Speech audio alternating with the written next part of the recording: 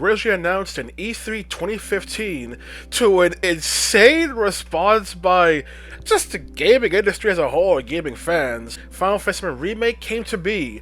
A remake that people wanted for a long time, especially after seeing that PlayStation 3 Tech Demo.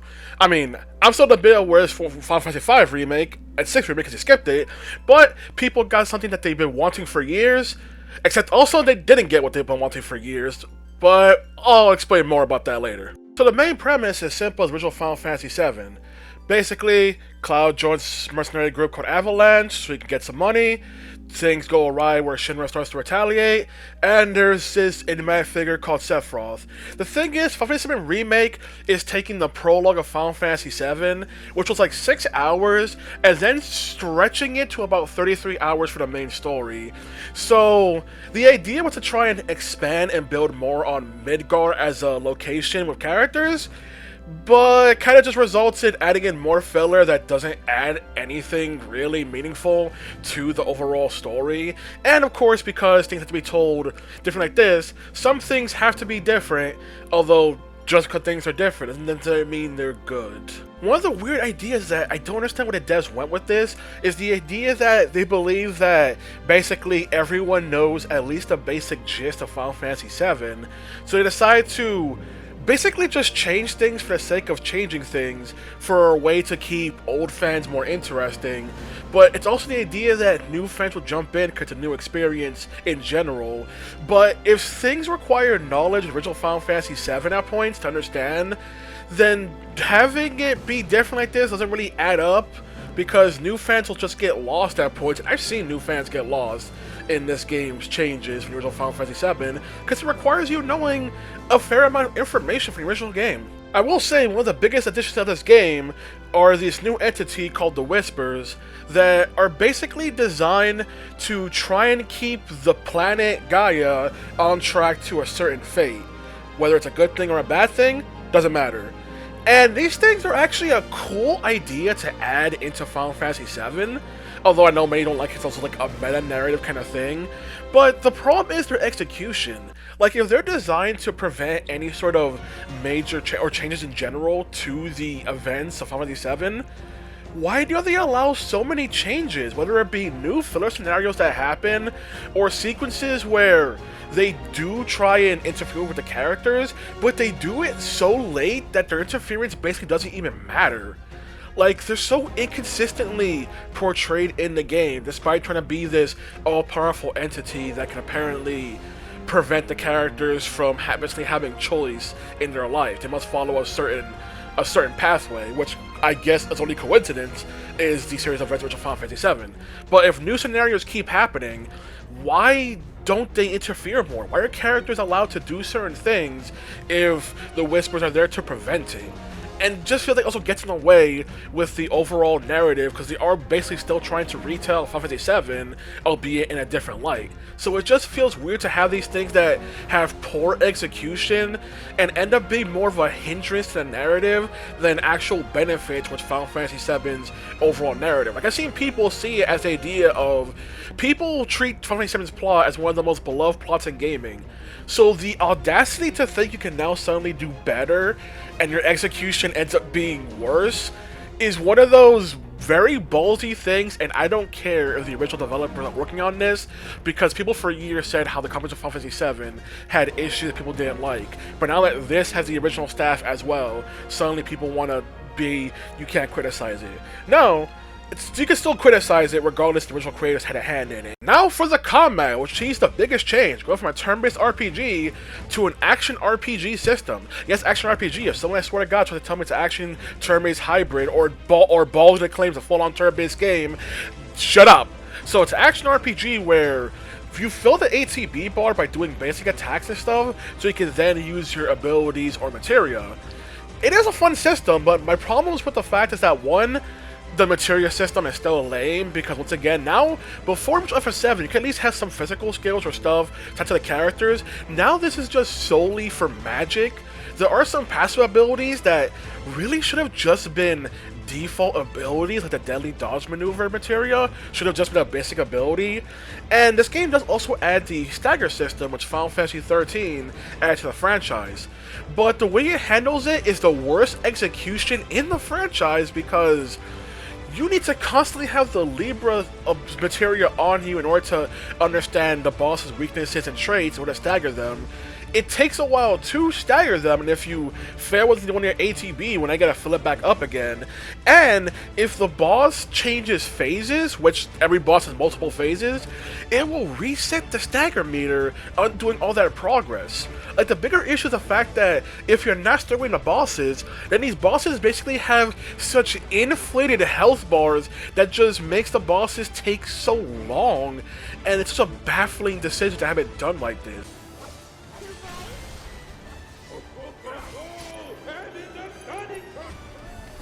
And I'm faced up. Stagger meter means nothing. There are also some spells that aren't great to use, like the Blizzard and Arrow lines of spells, because they use the logic of the first hit is meant to stun an opponent, and then the big actual elemental damage happens right after. But a boss will get stunned by an attack like that, so it means the attack will just miss, which sucks. And it also means you're basically expected to have every elemental materia on your party going into a boss fight, which means any sense of customization they want with this system basically goes out the window. Stagger system worked in Final Fantasy XIII because a Ravager had all the elements, they had all the stuff needed, but because materia breaks up what you can equip, it pretty much means you don't have everything, so you go to a boss without the weakness. It's like, what, do you want to expect the player to just die, back out, re-equip the materia? Or do you expect to just fight the boss and not just a giant slow because that's so much HP, and the stagger system is supposed to alleviate it, but it can't even alleviate it properly because of the mode change that just resets the stagger meter. It's just a baffling inclusion into this game's combat. Like I said before, this game is taking a 6-hour prologue and stretching it to 33 hours, which means so much filler is included, and just doesn't add anything to the gameplay or the story. It just feels more annoying. Hell, there's one sequence that feels like could have added something to Aerith's character, but instead it's more set up so you can buy a side novel, where it's a side story made about Aerith and Tifa before the event of Final Fantasy VII Remake, which feels like something that should have just been in the game itself. But it's also an issue with the remake project. How often they will take ideas from the game and then don't expand upon it until, like, oh, an interview or a side story or stuff that's just not in the game itself, making it feel like adding these new segments really don't add anything. Like, hey, here's an entire segment where you go to Jesse's house. Great. Doesn't make Jesse a likable character. Biggs and Wedge still don't get much of anything, so what's the point of any of this? Here's a segment where Cloud tries to get more close to Aerith and they do a high five eventually. Great, it's a boring segment, it doesn't add anything because we're stretching an entire idea of them bonding through this entire, like, hour-long section, which is something the original didn't even need. Which, like, gameplay-wise, dungeons that could take, like, maybe half an hour to 20 minutes in the original now can take 1 to 2 hours and have more padding. Like, for one example, in order to get to one of the freaking reactors, you have to go through a dungeon in the freaking train system, which would have been just a few screens in the original, then go through an entirely new section as also takes an hour long just to finally get to your actual destination. That just feels more dragged down, doesn't add anything. And I also feel like they're also really self-aware, because sometimes the characters will acknowledge how long things are taking or how much longer they have to do before they get to their actual destination, which feels like just a bad way of handling it. The characters acknowledge how annoying this is. Why would the player want to do this themselves? So what's the plan? After plan E comes F, G, and then H. Thought E was the last. This here is Section F. We cut through Section G and head for H. A cargo platform in H will get us closer to the reactor. Biggs should be somewhere over there. I will say gameplay once again is improved, is that now with the action combat, every party member has their own identity in how they play, which is super cool. Now you have ways to really differentiate from gameplay wise, although some of them kind of become a bit redundant. Like, they make the statement idea that, oh, Barret needs to handle long-range attacks or areas because they're projectiles, but then they give physical characters like Cloud and Tifa the ability to just jump super high to attack enemies, and there are points where they have to do that because Barret and Aerith are in the party, which is just makes that whole entire idea redundant. Like, yeah, Barret's more efficient, but if I still have to do this with the melee characters, kind of makes the whole idea moot, you know? And also, another game that I don't like is the idea they want to make every weapon in the game relevant, so you can upgrade each weapon, but the process to update them and upgrade them takes so long, and it just feels pointlessly tedious to do. I feel like it doesn't add anything. Somebody says, I'm not gonna go back to the Buster Sword, I don't care! I'm gonna use the more powerful recent weapon. Like, they're trying to do like what Kingdom Hearts 3 did, where you can upgrade Keyblades, but there it was more simple and easy to do. Here it just takes longer and feels more annoying to do. Like, overall, I think Final Fantasy VII Remake is a good game, but it just isn't a remake, so it isn't what people wanted or basically expected. Although people nowadays will try and defend the idea that, oh, I didn't actually want a remake, then why did you ask for it? I didn't ask for a Final Fantasy V Remake. Why's a Final Fantasy V Remake? I mean a Final Fantasy V Remake. But some of the ideas they add in aren't inherently terrible ideas, they just need better execution. And there are some ideas that they do bring over that were basically scrapped from the original Final Fantasy VII that they brought in here, but not every scrapped idea is inherently a good idea. Some things were scrapped for a reason, which is they weren't a good idea and would just bother the game. Which feels like some things in this game just do that. There's also stuff that they do for the idea that they know they can't have later areas show up in this game because we're in Midgar, and basically just make a bootleg version. Oh, Wall Market is now basically a bootleg gold saucer. We add an entire Coliseum. And I kid you not, my first playthrough of this game, I actually forgot why they were even in a Coliseum. I forgot why Cloud and Aerith were even here to begin with, because it takes a segment that was way shorter and basically just makes it so much longer that I just forget what the context for this even is.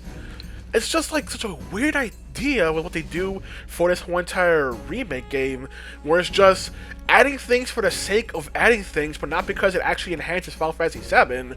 But the game overall is still a good game, even if when the game came out, its ending was divisive as all hell and split the fan base for a good bit. But that's for you to experience how that happens. Although nowadays we have the Rebirth game and everything, but that's why I hear about the main game, Final Fantasy VII. It's a good game, but just trying to add new things, new things doesn't really add up because they're trying to please old fans of new stuff, but new fans with the idea, oh, it's new, it's just new in general. But you end up pleasing nobody because the old fans will be confused by the new content added in, and the new fans will be confused by the new content that requires context for a game they might not have even played. Which is why I always say this is a sequel, not a remake. This video does not end here, because post-release, we actually got DLC in the form of episode Yuffie, which, I'm not gonna lie, when I got announced, I was like, okay, but why make a DLC on Yuffie? But many people like the idea. I remember people getting baffled, being like, why do we all solely hate Yuffie? Always. People always hated the Yuffie. They found her more annoying. She's not necessarily awful character for 7, she's just more annoying. But the idea of giving her a DLC was something that people basically tilted their heads and went, okay, but why though? But we got episode Yuffie, and I came into this DLC expecting it just to be not good, only to find out it is the best thing in Final Fantasy VII Remake. Because it's a shorter DLC, it's more to the point for what the story is trying to tell, which is, thank God, there's not a lot of filler in this DLC. The filler is more to get to actual side content, which is what the stuff should be, side content. I like the dynamic between Yuffie and Sonon as this freaking dynamic of freaking Yuffie being the leader and Sonon being essentially the person working for her, but he respects her as her status of being this powerful ninja in a world of characters that basically dunk on Yuffie. So it's interesting to have Yuffie be this leadership role and actually get respect for how skilled she is. And just this DLC's gameplay, Yuffie just breaks this game. Her ninjutsu ability allows her to alter her freaking projectile attacks to the elements, meaning she doesn't need elemental materia, she has all the elements base kit, making the materia system effectively redundant as an entire concept of Final Fantasy VII. So Yuffie can attack close, attack long range, change elemental affinity. She can do practically everything. The only downside to her is that she doesn't have high defense, so she will go down fast. And you can't play as Sonon, he's just an AI character. But they thought about that, where if Yuffie is defeated, then Sonon will actually sacrifice himself to revive Yuffie for the player to keep going. That is a cool way of handling gameplay. They also have combo attacks, which are also a super cool way of not only adding a new gameplay thing, but also highlighting their dynamic. It's such a great gameplay system for this DLC. It is so shocking how much better it plays than the main game. As for the story, Yuffie does have her hyperactiveness and trying to boast, but for the most part, she is also serious on her mission. She is still goofy and everything, but she has moments of seriousness, she has moments of getting anger in situations, such as the racism towards Wutaians in this game, where the fact that she feels like she's alone, feeling like she's the only Wutai in this whole entire, pretty much, Avalanche group, or the fact that she actually sees, like, Barrett and Tifa in their Avalanche group, and she hears about how they're more extremist group and everything, and it's the kind of idea that she kind of like doesn't like the idea, but also understands the idea. Sonic slowly comes to think more about how Barrett does things, which is a super cool dynamic to have with her. Have her whole entire aspect of wanting to make Wutai better, but the methods she's doing, she may not necessarily think are the best methods and may get inspired by someone else. That's just a great dynamic for her character in this DLC. It is amazing. Also the music variety, like VII Remake base game has amazing music. Final Fantasy almost always has amazing music. But this DLC has like the musical variety I expect from like Final Fantasy 13-2, where the music can just be a hodgepodge of different genres. I didn't expect this DLC to bring back Shooty HG for a track. What the hell is this music? I don't know, but I like it. Did I just enter 13-2? Ooh! What the hell? This had a 13-2? Oh my god, I wish this was in the main game. Fuck. I mean, it's pretty bump, I'm not gonna lie, but it's still so random. Oh, I am awake. Woo. And that is super cool that they did for the OST of this DLC. Like, this DLC is the best piece of content for Yuffie. It's more straightforward. It actually enhances Yuffie's character. The new character Sonon is also a great character and good for Yuffie's overall character development, everything. And the gameplay is just way better. And although it sucks that it has to basically take a dump on materia, I wish materia was just a good mechanic as opposed to basically just being made pointless by Yuffie. But it's just a super cool DLC, and it's just the best piece of content. I didn't expect to love this DLC, but by God, I love this whole entire DLC and what it does. It's what I wanted Final Fantasy VII Remake to do. And because this DLC, in the way it's told, Yuffie doesn't also interact with the Whispers like the main game. There is one instance where you can actually find a little Easter egg to them, but that's about it. So it doesn't also feel like it has to be constrained more with this more meta-narrative aspect of the story. It's just a more straightforward story and just... it's just super cool. I didn't think I'd be praising a Yuffie story, but here I am. They did so good with this DLC. It is amazing. And honestly, this gave me more hope for Final Fantasy VII Rebirth to be an even better game than VII Remake. So that is the end of this whole entire review. VII Remake base game is good. VII Remake with episode Yuffie is even better, and just the DLC is amazing. I didn't expect to say that for Yuffie-based content, but they did fantastic here.